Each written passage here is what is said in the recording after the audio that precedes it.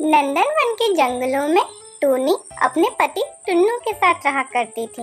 उनकी शादी को बहुत साल हो गए थे, लेकिन उनकी कोई संतान नहीं थी। एक दिन टूनी अपने पति टुन्नू से बोलती है, हमें संतान का सुख कब प्राप्त होगा? हमारी शादी को इतने साल हो गए, लेकिन हमारी अभी तक कोई संतान नहीं है।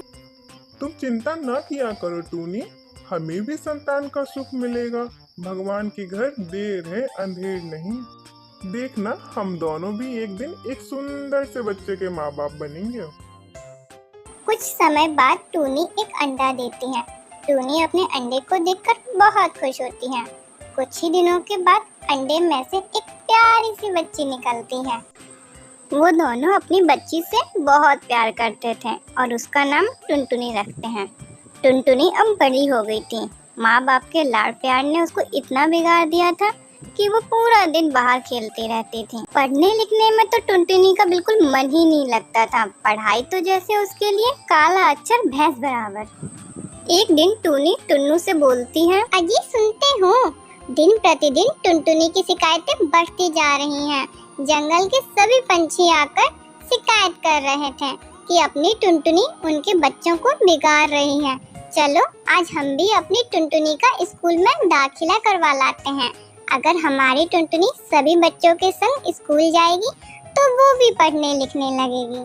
बेटा टुनटुनी, चलो आज हम तुम्हारा स्कूल में दाखिला करवा लाते हैं। नहीं माँ, मुझे स्कूल नहीं जाना, मुझे छोड़ दो।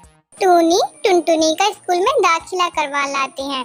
टुनटुनी का पढ़ाई में मन बिल्कुल नहीं लगता था और वो रोज रोज बहाना बनाती। कभी बुखार तो कभी पेट में दर्द। रोज उसे स्कूल और घर दोनों जगह डांट पड़ती थी। एक दिन स्कूल में टुनटुनी का टीचर उसको डांट लगाता है। टुनटुनी, तुम पढ़ाई लिखाई में बिल्कुल भी अच्छी नहीं हो। हर बार एग्जाम में फेल हो जाती हो। तुम्हें शर्म नहीं आती है? अगर ऐसा रहा तो तुम्हें स्कूल से निकाल देंगे। ये सब बातें टीचर ने पूरी क्लास के सामने कही थी। टुनटुनी को बहुत खराब लगा और वो छुट्टी में जब घर आ रही थी उसको यही सब बातें याद आ रही थी। वो भगवान से कहती है, हे भगवान मेरी मदद करो, मुझे पढ़ना लिखना सिखा दो। उसकी ये सारी बातें ऊपर डाल पर बैठा एक उल्लू सुन रहा था। वो उड़ता हुआ नीचे आया और टुनटुनी से कहता है, बेटा ये लो जादुई पेन। तुम इस पेन से जो भी 3 सप्ताह तक 3 बार लिखोगी वो सब तुम्हें याद हो जाएगा। पेन पाकर टुनटुनी बहुत खुश हो जाती है और घर चली जाती है। ये सब देखकर उल्लू की पत्नी चौंक जाती है और अपने पति से पूछती है, आपने बच्चे से झूठ क्यों बोला कि वह पेन जादुई है? भला कोई पेन भी जादुई होता है? ये बात तुम्हें और मुझे पता है कि वो पेन जादुई नहीं है। उस बच्चे को नहीं, ये सब उसकी मदद के लिए किया है मैंने।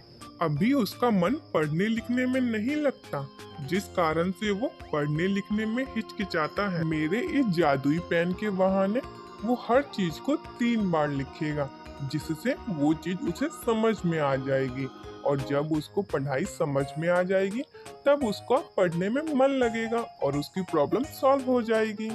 जादुई पेन को पाकर टुनटुनी बहुत खुश हो जाती है और घर जाकर कॉपी किताब निकालकर पढ़ने लिखने लगती है। ये सब देखकर उसके मम्मी पापा बहुत खुश होते हैं और कुछ समय के बाद टुनटुनी अपनी क्लास में टॉप करती है।